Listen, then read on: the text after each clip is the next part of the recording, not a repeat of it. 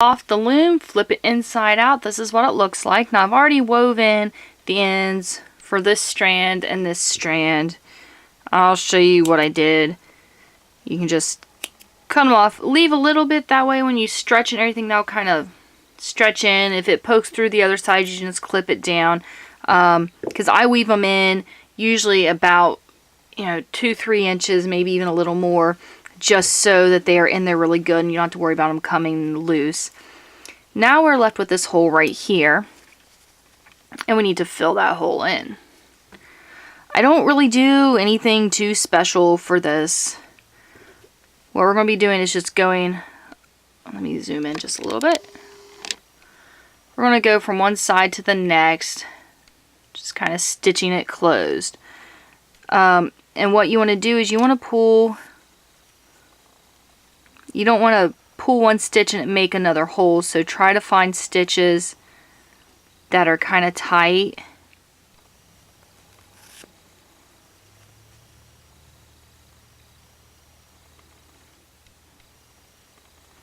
See, I'll show you. If I do this one right here, it's right on that edge. That's just creating another hole. And you can hold this whatever way is easiest for you. But sometimes, like, see, I'm skipping this first stitch right here because, see, it would do the same thing as that one did. When I go back, I'm going to pick up the stitch above it. And see, and that closes. That'll close that up.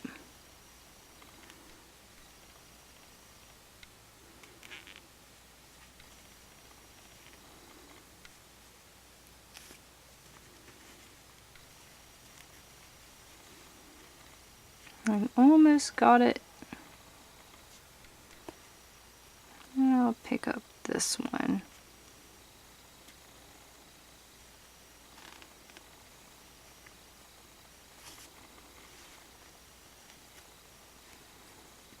Okay, it looks like we just need 1 or 2 more. Which I'll pull this one through here.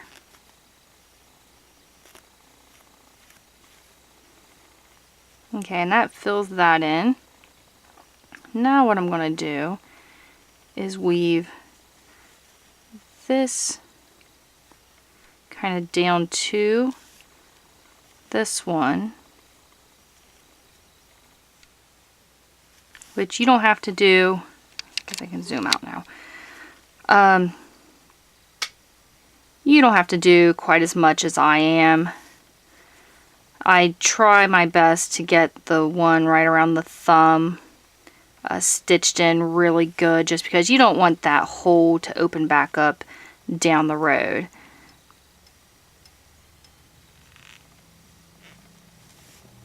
Okay, we're almost, get the stitch right beside it. Okay, so now we've got that hole closed up. We got both the strings down here, which what I'm going to do is just a single knot, because we don't want anything big and bulky right there. I'm just going to weave this one over this way, weave this one over this way, trying to stay in the same collar so that you never see it. And I'm just doing this quick. There are better ways to weave your ends in. Something like this, I don't really think it's really that necessary. People really aren't going to be seeing the inside of the glove.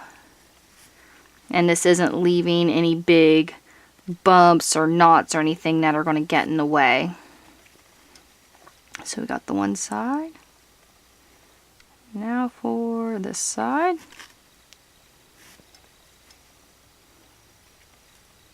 So I'm just going to go over a couple inches. Another way you could weave your ends in is, see how this is a 2-ply, which means it's 2 strands twisted together. You could separate those and run 1 ply in one direction and 1 ply in another direction, like I did here. It'll take, you won't have any type of bumps or anything that way. What I want to do is I want to kind of stretch this Then cut. Flip this back inside out.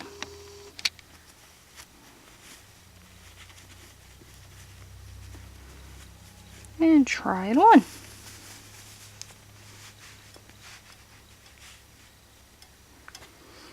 And I'll put this one on too, and you can see the difference.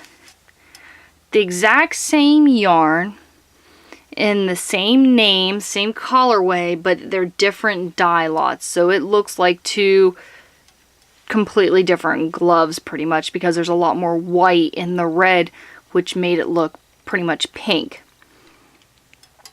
But here we go, your gloves are all done, whether you made the shorter ones or the longer ones. There you go. If you have any questions or comments, you can email me. My email is in the description below, or you can just leave a comment in the comment section below. Of course, there is a direct link to the PDF in the comment section, in the description below as well. Thank you so much for watching, and don't forget to subscribe.